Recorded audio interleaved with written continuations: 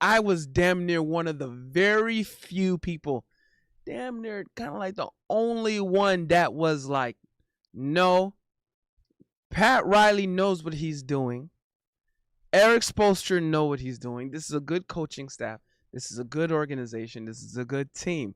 No, you don't need to leverage or gamble away the entire roster for one player. Okay, because I'll say this, bro. Because a lot of people, I know, bro, that like a lot of people on the internet been getting their sources from the gambling apps, bro, and the betting websites and all that mumble jumble whatever. I I knew I was like, no, I'm not listening to the gambling apps because those gambling apps actually said a night like that would never happen. And now a lot of people lost their money because they no way they would bet on it. And the Miami Heat are like the worst team to gamble on.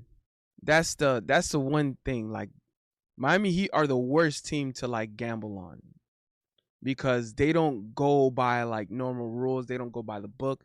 They don't care about analytics. They don't care about what the math department says.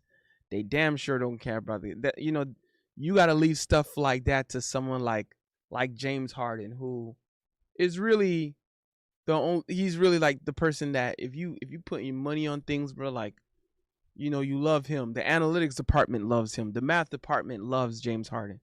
The math departments will tell you that James Harden is the best thing since sliced bread. But when you actually look at basketball with your eyes, you're like, James Harden, no, bro. There's a lot of people I'd rather than James Harden, especially if I want to have a winning team, if I want to have a winning culture, if I want to have a winning franchise, if I want to actually do something like of real substance, if I'm trying to do something in the playoffs, I do not want James Harden on my team. So, I mean, yeah, I took it for the James Harden slander, and just know, for those who know me, I'm always with the James Harden slander. And by the way, Bobby B, what up? Uh, he said he said Bam needs his jersey retired now. I ain't gonna lie. If I was Bam Adebayo, bro, I would walk out, bro. Like I'm like, all right, I retired from basketball. I'm walking out on top. Jonathan Pierre said Bam has to be in the Hall of Fame for that. Yep. And then Jonathan Pierre also says, Mo, do you think Bam will have a statue after that game? Maybe.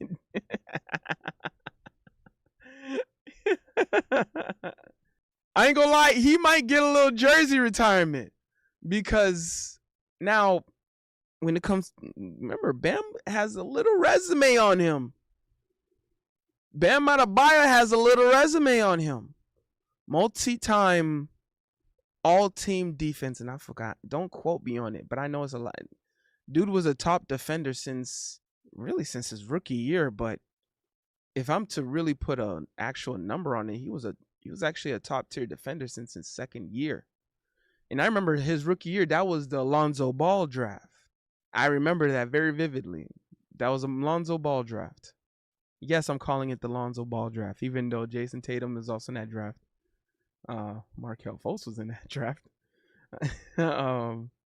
But let's call it the Lonzo Ball draft. I'm calling it that. So Bam Adebayo was already an excellent defender from the rookie year, and then elevated it the next year. So we're talking about, so that was a 2017 draft, 2017 2018.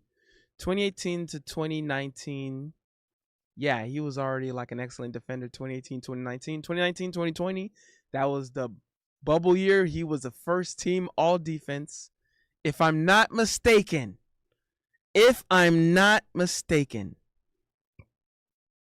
But he was already a top defender. And then, oh yeah, because he made it to the finals. That was the bubble year, the finals. So he has, on top of 2 finals appearances on his resume. When it all's said and done, don't get rings twisted. A lot of people in the Hall of Fame without a ring, or even with a lot of people in the Hall of Fame with at least one finals appearance, and a lot of them, which I don't argue against, rightfully so. Because you're thinking someone like Carmelo Anthony, rightfully so, in the Hall of Fame. Allen Iverson, rightfully so, in the Hall of Fame. You know, rightfully so. So if Bam has a say as a Hall of Famer, why not? Bobby B said, after tonight, I'd rather have Bam than Joel Embiid.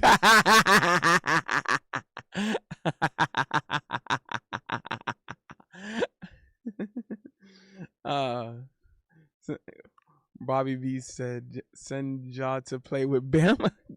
I actually, because I remember I talked about it in, I think it was a shorts. It went pretty viral. I said, like, I knew John Morant, and because I also included Giannis, I knew John and Giannis were not going to be traded. If they really want to be on another team, they would do it as a free agent. But they are the ones who took the money. They wanted the money. They wanted the long-term contracts. If you want the long-term contracts, you have to actually stand on that. If you want the max money, you can get the max money. Now they deserve it. Especially Giannis deserves the max money, but you have to stand on it. I mean, Giannis looked like he didn't really he didn't regret signing the long-term contract. He doesn't regret not going anywhere. So more power to him. But just keep standing on it. But same for Ja. He took the long-term contract, so he has to stand on it. He can't be mad. So, why request a trade? You signed the contract. What are we really doing? You signed the contract. I didn't hold you hostage and tell you, oh, sign it. No, you signed it on your own free will. You saw the deal. You liked it. You liked the numbers. You want to do it. Let's do it. You like, let's do it. All right.